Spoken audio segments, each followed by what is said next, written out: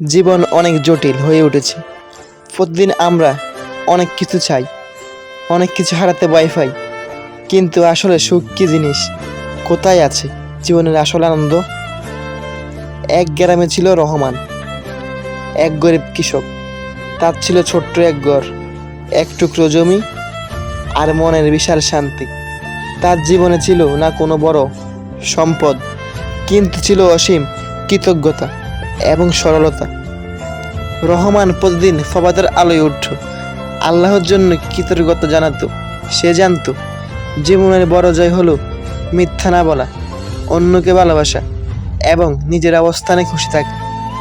সে কখনো কারো সাথে প্রতিযোগিতা করতো না, বরং নিজের পথে অটল ছিল।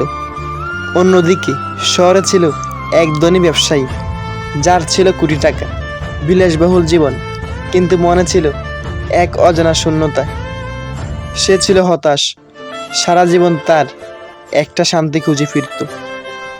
একদিন সে গ্রামে এলো, রহমানের সরল জীবন দেখে অবাক হয়ে জিজ্ঞেস করলো, তুমি এত শান্তি কিভাবে ফেলে?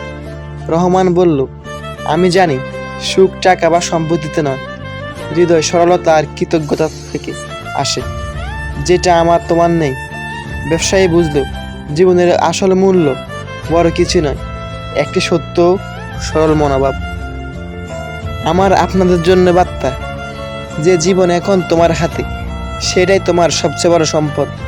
অন্যের সঙ্গে তুলনা ছেড়ে দাও, সরলতায় চলো, নিজের অস্তিত্বের সত্যকে গ্রহণ করো, কৃতজ্ঞ হও, সৎ হও, আর জীবনের আসল সুখ পাবে।